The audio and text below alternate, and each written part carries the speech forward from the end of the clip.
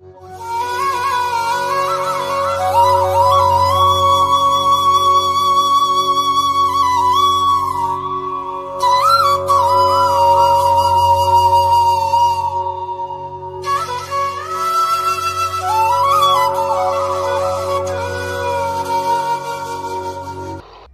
ही जन्मदिन में क्या कहा जाए। जो उम्मीद नहीं थी वो घटित हो गया है। आप इतने लोग सहयोग में आज दिल्ली में बैठे हुए हैं। इससे बढ़कर एक माँ के लिए और कौन सा जन्मदिन हो सकता। आप लोगों ने आत्म साक्षात्कार को प्राप्त किया, ये भी आपका जन्मदिन है। एक महान कार्य के लिए आप लोग तैयार हुए हैं और ये महान कार्य आज तक कभी हुआ नहीं। उसके आप संचालक हैं। इससे बढ़ के और मेरे लिए क्या सुख का साधन हो सकता।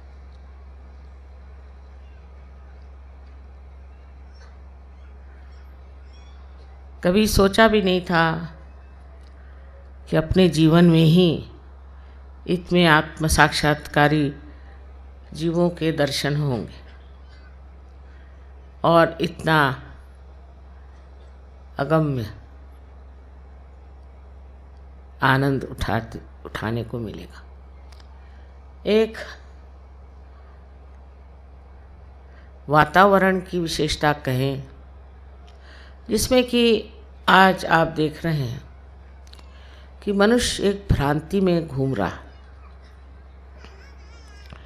एक तरफ विदेश की ओर नज़र करने पे ये समझ में आता है कि ये लोग एकदम ही भटक गए। वहाँ पर नैतिकता का कोई अर्थ ही नहीं रहा। अनीति के ही रास्ते पे चलना, अग्रसर होना, वो बड़ी बहादुरी की चीज़ समझते हैं और सीधे नरक की ओर उनकी गति है। इस गतिमान प्रवृत्ति को रोकना बहुत कठिन काम।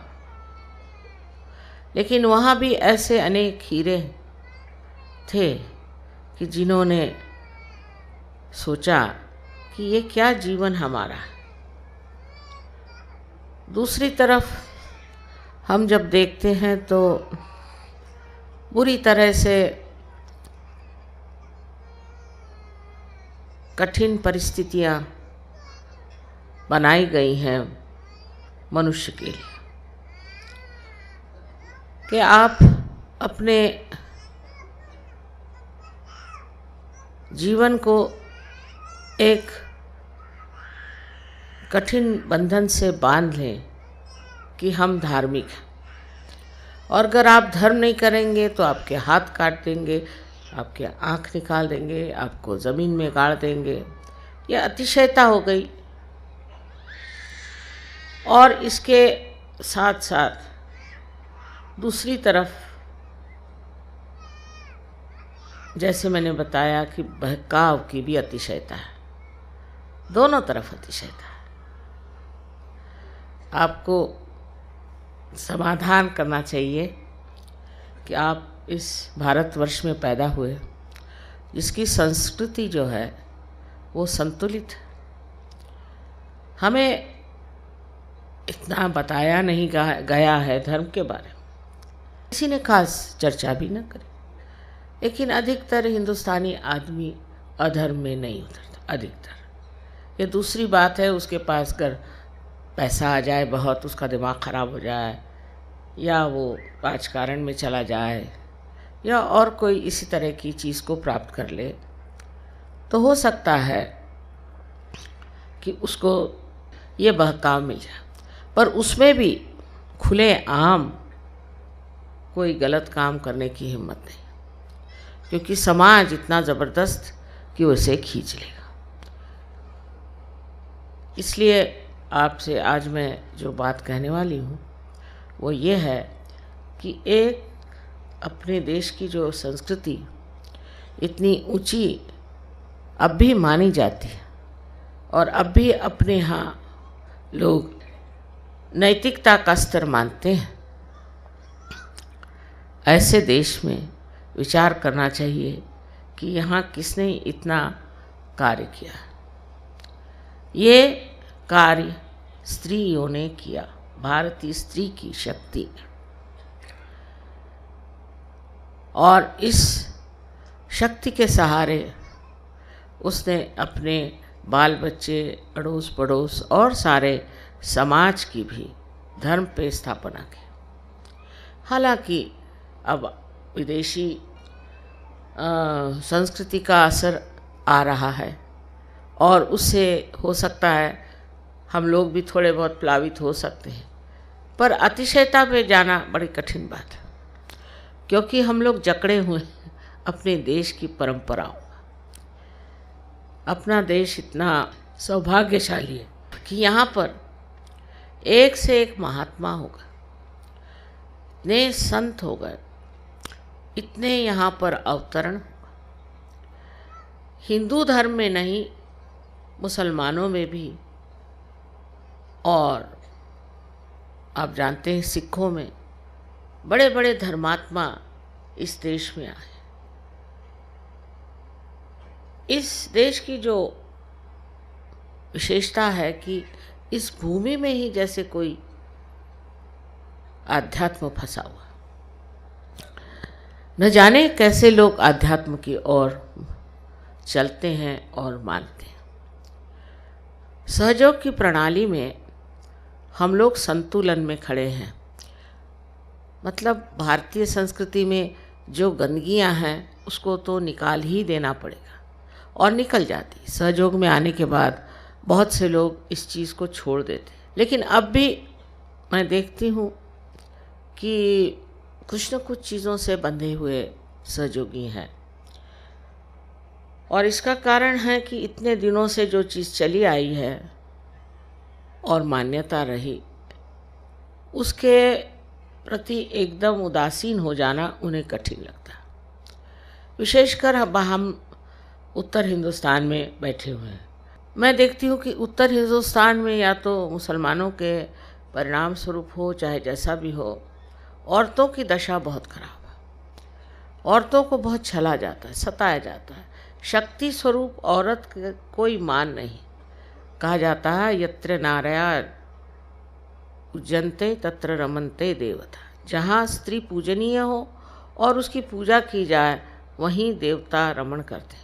इसका ये मतलब नहीं कि औरतों का भी राज हो या वो भी किसी तरह से आतताई हो, लेकिन इसका मतलब यह है कि स्त्री पहले पूजनीय होना चाहिए, उसके अंदर पूजनीय गुण होने चाहिए। वो अगर पति का अपमान करती है, घर में झगड़ा करती है, परेशान करती है और अपने बच्चों की तरफ ध्यान नहीं देती और भी गलत सलत काम करती है, तो वो स्त्री तो पूजनीय हो नहीं सकती। और वही स्त्री पूजनीय होती है जो अत्यंत प्रेममयी हो। जिस औरत में प्रेम का सागर बसा हो उसी को लोग पूजते हैं, और जो नहीं है उसके सामने चाहे न कहें कुछ, लेकिन पीठ पीछे उसकी बुराई करते हैं। हमारे यहाँ स्त्री को शक्ति माना जाता, पर शक्ति जैसे ये आप इतनी यहाँ पर बिजली का क्या कहना चाहिए प्रदर्शन देख रहे हैं, ये स्वयं शक्ति नहीं, शक्ति तो कहीं और से आ रही है और यहाँ इसका सिर्फ प्रदर्शन मात्र है। तो इसी तरह स्त्री एक शक्ति स्वरूप होती है, पर उसका प्रादुर्भाव, उसका मैनिफेस्टेशन जो है वो बाह्य में पुरुष के रूप में होता है। उसके बच्चे, उसके रिश्तेदारी के लोग, उसके पति, उसके ससुर, उसके बाप, ये सब पुरुष उस स्त्री के शक्ति से प्लावित होते हैं, और उस प्रेम की शक्ति से प्लावित होने के बाद उनमें भी एक तरह का बड़ा अनूठा सा संतुलन बन जाता है। पर जहाँ पर ये स्थिति नहीं होती, जहाँ पर घर की माँ और घर की स्त्री और रिश्तेदार, इन औरतों में वो प्रेम का प्रदर्शन नहीं होता है, उल्टे क्रोध, मत्सर आदि षड्रिपियों से वो अगर भरी रहती हैं, तो ऐसे घरों में कभी भी प्रेम या आनंद आ ही नहीं सकता। ये स्त्री का ही एक बड़ा भारी कार्य है, उसमें हम दबे जा रहे हैं। ये क्या जो शक्ति आज कहाँ से आ रही है, वो अपने को सोचती क्या कि मैं दबे जा रही हूँ? वो तो ये सोचती है कि ये प्रकाश, ये देना मेरा कर्तव्य कार्य है और उसे मैं कर, और खुशी खुशी सारा काम करते। इस समझ को आना ज़रूरी है। हालांकि औरतों को इतना दबाया गया है, इस समझ के कारण इतनी उनकी अवहेलना करी है कि एक दूसरी चीज़ खड़ी हो रही है जो कहती है समाज में कि नहीं, ये औरतों का दबाव हम चलने नहीं देंगे, हम पुरुषों को ठिकाने लगा देंगे, उनसे हम हर चीज़ में लड़ेंगे, उनको हम बिल्कुल बेकार कर देंगे। ये सब करके देख लिया, और देशों में जहाँ जहाँ ये हो रहा है वहाँ के बच्चों का हाल देख लीजिए और वहाँ के सब चीज़ों का हाल देख लीजिए।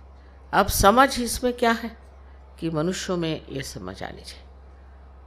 मनुष्य में ये समझ सिर्फ स्त्री में ही नहीं पर पुरुषों में आनी चाहिए। ये पुरुषों को सोच लेना चाहिए कि हमारी स्त्री जो है ये स्वयं साक्षात लक्ष्मी स्वरूप है और उसका मान हमें रखना चाहिए। पहले तो स्त्री भी पुरुष का मान रखे और पुरुष भी स्त्री का मान रखे। मैं देखती हूँ सहयोग में अब बहुत कुछ ठीक हो गया, लेकिन हम लोग जब शादियाँ करते हैं सहयोग में तो देखते हैं कि जिन लोगों की शादियाँ, समझ लीजिए जिन लड़कियों की शादियाँ इंग्लैंड अमेरिका में हुई, तो वो उनके पति उनके इतने गुलाम बन जाते हैं कि उनका दिमाग खराब हो जाता है। सबका नहीं, सबका नहीं। और उल्टी बात यह है कि जिन लड़कियों की शादियां हिंदुस्तान में होती हैं वो तो कहती भगवान बचाए रखे बाबा, सास ससुर ये वो मार झंझट, सब लोग तो मारने को दौड़ते हैं। कहने का मतलब ये है कि ना संतुलन वहाँ न संतुलन यहाँ। ये संतुलन स्थापित करने के लिए सहयोगियों को समझ लेना चाहिए। इसका मतलब ये नहीं कि कोई पति को अपने सर पे बिठा ले या कोई पत्नी को सर पे बिठा ले। इसका मतलब है कि प्रत्येक का एक मूल्यांकन होना चाहिए, इवैल्यूएशन करना चाहिए। सबको वैल्यूएशन करने के बाद आप समझ सकते हैं कि कहाँ तक आप संतुलन में। आप दूसरों की बात नहीं सोचिए, अपनी बात सोचिए। जहाँ आपको जो कहना है वो कहना ही होगा और जो कुछ आपको सुनना है वो भी सुनना होगा। मैं देखती हूँ सहयोग में हमने शुरुआत पहले कुटुंब से की है। कुटुंब व्यवस्था से सहयोग को धीरे धीरे बांधा है और जब कुटुंब ठीक हो गए उसके बाद फिर हमने एक एक चीज़ पर कदम रखा। आज आपको पता है कि ये 25वां सहस्त्रार इस बार मनाया जाएगा। 25 साल हो गए जब सहस्त्रार खुला था, तब से लोगों ने इस चीज़ को प्राप्त किया और प्राप्त करके एक इससे बड़े प्लावित हुए, नरिश हुए, आज ये स्थिति में आ गए। अब हमारे लिए आगे क्या कर्तव्य है? कुटुंब से शुरू करें तो कुटुंब में हमें शांति प्रस्थापित करनी है। पहली चीज़ है शांति। जहाँ शांति नहीं होगी वहाँ कोई भी चीज़ पनप नहीं सकती। समझ लीजिए ये यहाँ जो गमले रखे हैं ये सब हिलने लग जाएं तो ये बढ़ेंगे, खत्म हो जाए। तो सबसे पहले हमें शांति प्रस्थापित करनी चाहिए। इसमें आदमी को भी मान देना चाहिए लेकिन औरतों को भी समझ रखनी चाहिए। दोनों जगह ये चीज़ रखने से पहले घर में शांति होने से अपने बच्चे जो हैं सुरक्षित रहें और उनके अंदर एक अपने प्रति, स्वयं के प्रति एक जागरूकता आएगी और वो समझ लेंगे कि वो भी एक सहयोगी हैं, उनके माँ बाप भी सहयोगी हैं और एक उनका परम कर्तव्य होता है कि वो अपने माँ बाप का नाम और भी उज्ज्वलित करें। अब मैं देखती हूँ कि सहयोग बढ़ते बढ़ते अब एक समाज में तो आ ही गया है, किंतु और भी क्षेत्रों में बढ़ रहा है।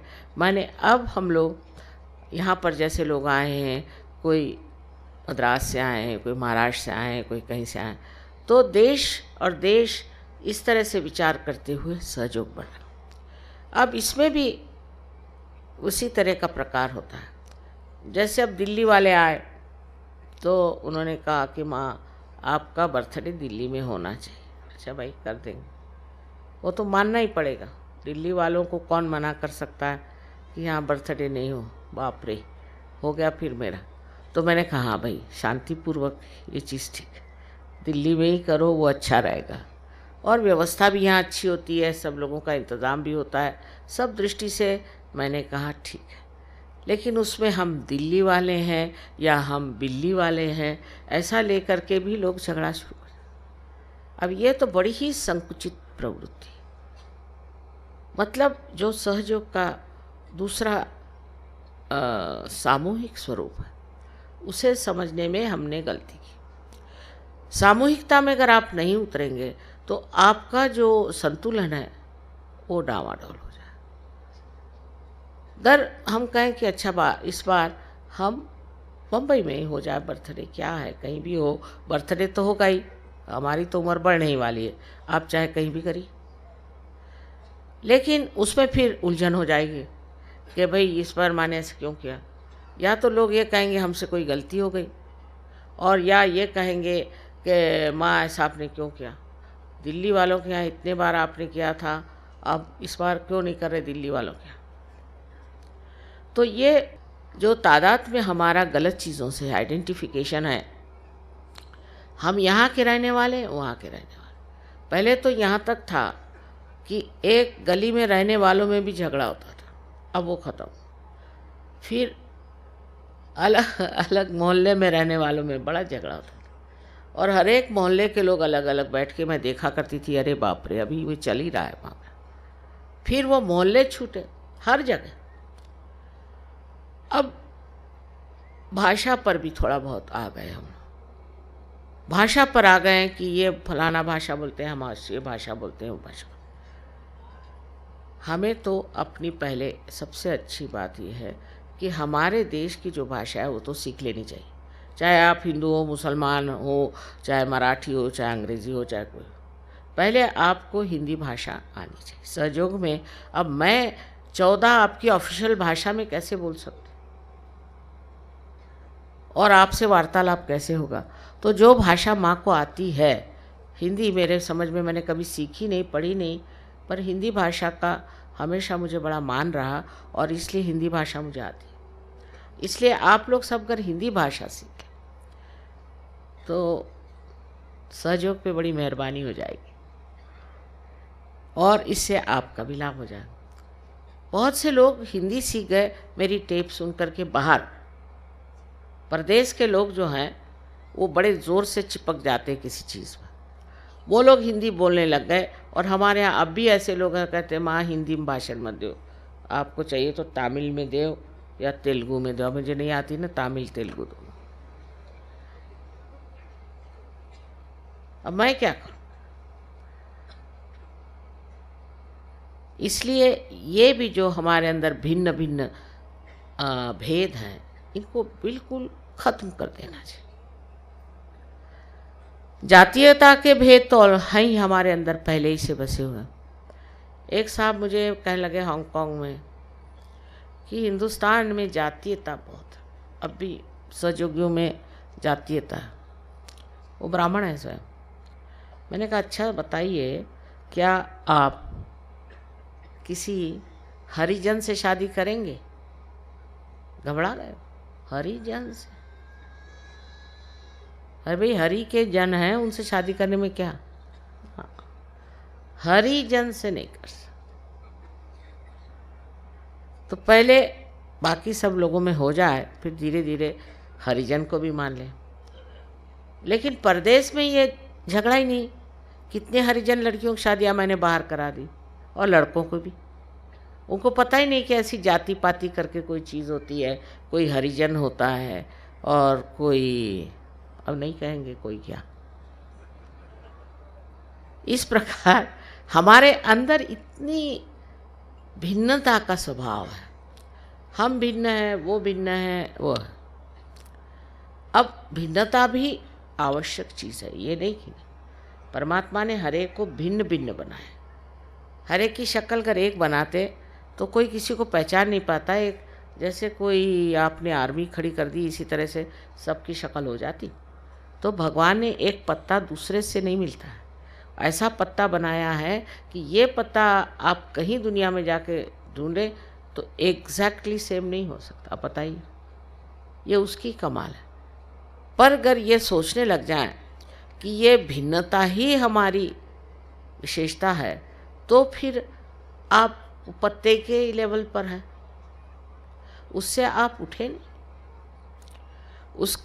उससे उठकर देखिए तो आप समझ जाएंगे कि आप जो हैं वो एक विशेष व्यक्ति, योगी जन,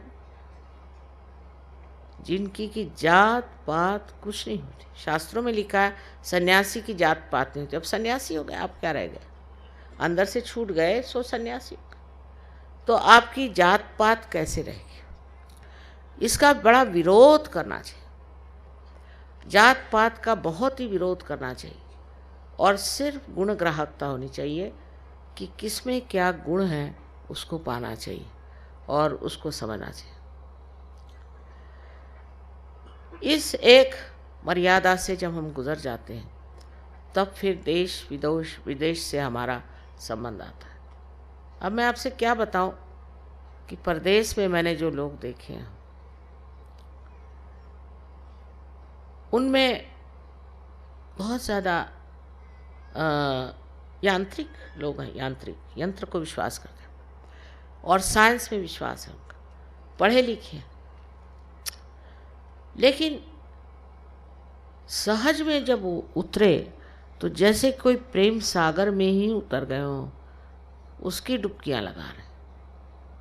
अब यहाँ पर आप देखिए कि 500 आदमी बाहर से आए, इतना नितांत उनका प्यार है मेरे साथ, क्योंकि कहते कि जब हम वहाँ सोचते कि हमें आपसे प्यार है तो ऐसा लगता है कि चारों तरफ से हमें प्रेम और आनंद के सागर ने घेर ली। अब कल देखिए उनको कुछ समझ में नहीं आ रहे थे कव्वाल, पर आनंद की लहरियों से वो भरे हुए। उनसे सीखने की बात यह है कि बिल्कुल निर्वाज, किसी भी तरह की आशा न रखते हुए वो प्रेम में उतरना चाहते। और क्योंकि हम लोगों को अभी प्रेम की इतनी महत्ता मालूम नहीं है, हो सकता है कि अब भी हम बहुत, जैसे हिंदुस्तानियों की चिट्ठी आएंगी तो मेरा बाप बीमार है, मेरे बाप का ससुर बीमार है, फलाने का फलाना बीमार है, उसको आप दे दीजिए, उसके पास नौकरी नहीं है, मेरी सब बैंक्रप्सी हो गई, मेरा भाई जेल जा रहा है। सब यही बात है।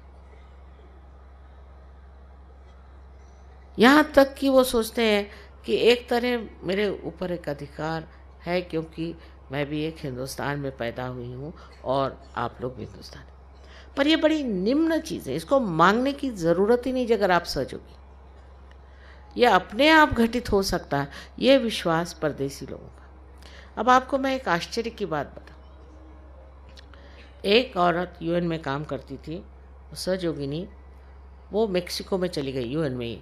उसका एक लड़का, उसको ऐसी बीमारी हो गई कि वो बीमारी पुश्तन पुश्त आती रहती है और इस लड़के पे बड़े जल्दी आघात हुआ और 1 महीने के अंदर वो बच्चा मरने वाला था। वो सहयोगी नहीं है, ये सहयोगी नहीं है। इसने मेरे पास 3 चिट्ठियाँ भेजी, उसमें उसने उसका नाम लिख के भेजा, ये बीमारी है, पता नहीं कौन सी अजीब गरीब लंबी चौड़ी बीमारी उसको है, और ऐसी 3 चिट्ठियाँ मेरे पास है।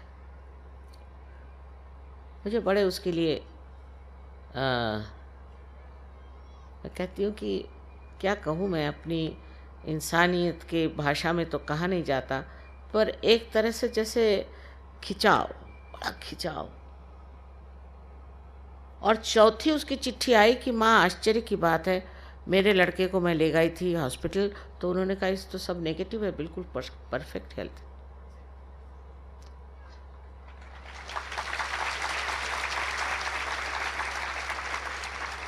पर हिंदुस्तानियों का ऐसा नहीं, एक बार माँ से मुझे मिला दो, अगर माँ मेरे बच्चे को ठीक करेगी तो वो ठीक होएगा। माँ के खोपड़ी पे लादे बगैर वो सोचते ही नहीं कि उनका बच्चा ठीक हो सकता। कितना बड़ा फ़र्क है। वो मेक्सिको में बैठी हुई, मैं उसका क्या इलाज कर सकती, क्या मैं बस आपको प्रार्थना कर रही हूँ और आपके पास मैं चिट्ठी भेज रही हूँ, ये उसको बीमार है, बस। अब ये श्रद्धा की जो बात है, प्रेम जब श्रद्धा में हो जाता, श्रद्धा में अंधश्रद्धा से मतलब नहीं, आपको अनुभव है मेरा, आप जानते हैं मुझे, कोई नई बात नहीं। वो अगर श्रद्धा में हो जाए तो कैसे काम बनते हैं ये समझने वाली बात है। और अगर श्रद्धा न हो, सिर्फ हम तो माँ को बहुत मानते हैं,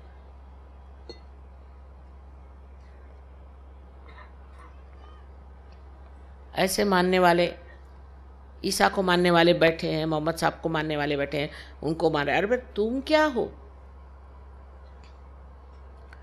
तुम्हारे अंदर कौन सी विशेषता है, तुमने क्या प्राप्त किया, इसे सोचना हो। हमने ये देखा कि जो कुछ भी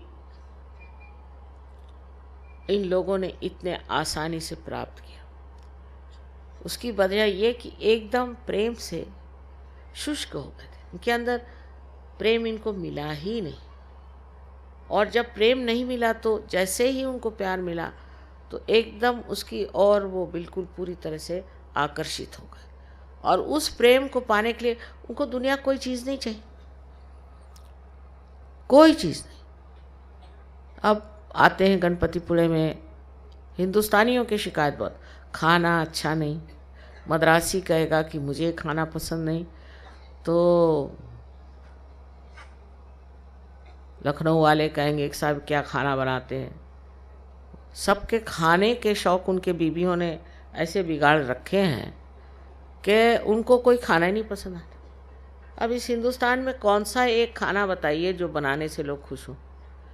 इनको ये पसंद नहीं, उनको वो पसंद नहीं, तो उनको वो पसंद है, पर ये कभी नहीं कहेंगे कि खाना अच्छा नहीं। हालांकि पहले बहुत ख़राब खाना होता था, अब ज़रा बहुत कहना चाहिए अच्छा हो गया, पर कभी इन लोगों ने ये नहीं कहा कि माँ खाना अच्छा नहीं। अब बाथरूम के लिए भी बड़ी अजीब सी बात है कि मैंने, हिंदुस्तानियों ने कहा कि माँ ये हमें बाथरूम पसंद नहीं है जो इंडियन स्टाइल है, हमें तो वेस्टर्न स्टाइल चाहिए। और वेस्टर्न वाले बोलते कि नहीं हमको तो इंडियन स्टाइल चाहिए, बड़ी साफ़ चीज़। अब मेरी समझ में आया आप क्या करें, इंडियन के लिए बनाए और उनके लिए बनाए। तो मैंने ये कहा अच्छा ठीक है, इंडियन वालों को फॉरेनर्स के साइड में रख दो, फॉरेनर्स को इंडियन साइड में रख दो, काम खत्म। पर हम लोग बड़े डिमांडिंग हैं, जैसे हर समय ये चीज़ नहीं ठीक, वो नहीं चीज़ ठीक, ये ठीक कर दो, वो ठीक कर दो। कितनों के घर में अटैच्ड बाथ होंगे बताइए। लेकिन इसमें हम लोग अपने सोचते हैं कि हम बड़े ऊंचे हो गए इस तरह के डिमांड्स करने से। और इन लोगों से पूछो तो कहते हैं कि माँ शरीर का जो आराम है बहुत उठा लिया, उन्होंने जो बहुत उठा लिया शरीर का आराम, अब आत्मा का आराम तो, शरीर का आराम नहीं चाहिए। जो कि हमने उठाया नहीं वही हम सहयोग में पूछते हैं कि हमें शरीर का भी आराम मिल जाए। इसमें आपसे कहने से फिर आप वही करेंगे, माने का शरीर का आराम, तो चलो हम ज़मीन पर सोएंगे, ये नहीं मेरा मतलब, ये मतलब नहीं। मतलब ये है कि ये सोचना चाहिए कि हमें अब आत्मा का कार्य करना है, आत्मा को संतोष में रखना। जितना हम शारीरिक चीज़ों के बारे में सोचेंगे उतना ही हमारा आत्मा दुखी हो जाएगा, उसका प्रकाश उतना ही कम होगा। और जितना ही हम बाहर के लोगों के लिए, दूसरे लोगों के लिए, वातावरण के लिए, हर चीज़ के लिए जब हम सोचेंगे उतने ही हम बढ़ते जाएंगे, आत्मा का प्रकाश बढ़ता जाएगा।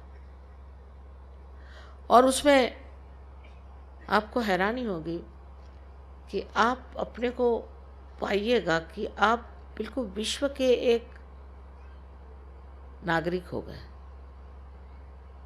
आपके अंदर विश्व जैसे समा गया। अब बहुत से लोग मुझे कहते हैं, माँ आपको हर एक चीज़ कैसे याद रहती, आप जैसे अब ये देख लिया, इसको देख लिया हमने, बस हो गया, चित्र सा बन गया सब चीज़। आप लोग चित्र से मेरे हृदय में, ये कैसे होता है? क्योंकि मैं अपने अंदर हूँ ही नहीं, सब बाहर ही हूँ। मैं सोचती भी नहीं अपने बारे में, कुछ विचार ही नहीं करती। मतलब वो करने की मेरे अंदर वो शक्ति नहीं, तरीका ही नहीं कि अपने बारे में सोचती बैठी रहूं। कभी मेरे साथ किसने क्या किया, मेरे साथ किसने क्या जाती, कभी नहीं। हो गया सो छोड़। लेकिन जो कुछ भी बाह्य में है सब, इसमें जब आप अपने आत्मा का प्रकाश देखेंगे, तब आप में विश्व की पूर्ण कल्पना हो जाएगी। कोई पहाड़ी है, वहाँ चले गए, पहाड़ी में भी अपना आत्मा का प्रकाश देख सकते हैं। हर एक चीज़ में जब वो आत्मा का प्रकाश आप देखते हैं, हर एक चीज़ में आपको कोई चीज़ भूलती नहीं, उसका आनंद भूलता नहीं, पर उसके बारे में फिक्र नहीं लगती कि ये किसका कारपेट है, मार लें कि इसको खरीद लें, कि कुछ ऐसा मन में विचार नहीं। सिर्फ देखना मात्र बनता है। और जब ये देखना मात्र प्रगल्भ होता है, बढ़ता जाता है, बढ़ता जाता है, तो आपका व्यक्तित्व एक विश्व को भर लेता। और यही स्थिति अब आप में सब में आनी चाहिए। और भिन्नता तो चाहिए हर एक चीज़ में, इसमें कोई शक नहीं। हर एक आदमी में भिन्नता होनी चाहिए, पर किस चीज़ में? अपना अपना आनंद व्यक्तित्व करने। कल देखिए डांस कर रहे थे एक से एक लोग, जैसा भी आ रहा था, जिस तरह से भी आ रहा था, सबकी भिन्नता थी, एक जैसे कोई नहीं नाच रहा था। ये भिन्नता हमारे अंदर डर रहे तो उससे हम एक अलग अलग तरह के आनंद का अनुभव दूसरों को दे सकते हैं। आनंद अपने लिए नहीं, हम दूसरों को कितना आराम दे सकते हैं, दूसरों को हम कितना आनंद दे सकते हैं, दूसरों में हम कितना प्रकाश ला सकते हैं, इसका विचार हमेशा रहना चाहिए। कभी कभी, मैं नहीं कहती सब, पर कभी कभी हिंदुस्तानी भी लिखते हैं कि माँ मेरी प्रगति कराइए, मैं चाहता हूँ कि मैं इस चीज़ों से हट करके ऊंचा उठ जाऊँ। क्योंकि जो भी चिट्ठी लिखते हैं अधिकतर वो सब बेकार की चीज़ें, ये बीमार है, वो बीमार है, ऐसा है, वैसा। और कोई कोई बहुत प्यारी चिट्ठियाँ लिखते हैं और उससे बिल्कुल मैं गदगद हो जाती कि इन्होंने अपना मार्ग ढूंढ लिया, इन्होंने देख लिया इन्हें कहाँ जाना है, अपने मंजिल को इन्होंने पहचान लिया। बस इससे ज़्यादा मुझे कुछ नहीं चाहिए। ये मैं देखती रहूं और उसको आत्मसात करती रहूं। पर चाहत ऐसी नहीं है किसी चीज़ की जो कि आप कह सकते हैं, क्योंकि जो चीज़ हमेशा बढ़ रही है क्षितिज के जैसे, होराइजन के जैसे, उसके लिए आप कैसे कह सकते हैं आपकी क्या चाहत है? आपका जीवन इसी तरह से अत्यंत सुंदर हो जाए, अत्यंत सुगंधित और सबको आह्लाद देने वाला, सबको आनंद देने वाला हो जाए, यही मैं चाहती। जिस दिन ये विचार आ जाए, आप लोग कभी कभी राजकारण भी करते हैं, कुछ करते हैं, इसको कोई ज़रूरत नहीं। सहयोग में आपको पैसा कमाना नहीं है, आपको कोई पोजीशन लेनी नहीं है, कुछ नहीं है। इसमें आपको अपनी प्रतिष्ठा ही पानी है, जिस प्रतिष्ठा में आप एक विश्व के जानने वाले, विश्व में उतरने वाले, विश्व की परवाह करने वाले, उनकी तकलीफ़ और परेशानियों को दूर करने वाले और सबको ज्ञान देने वाले ऐसे महान महान वृक्ष हो सकते हैं। और मेरा यही आशीर्वाद है कि सब लोग इसी तरह से अपने को बढ़ाएं, अपनी ओर नज़र करके देखें कि क्या मैं इस तरह से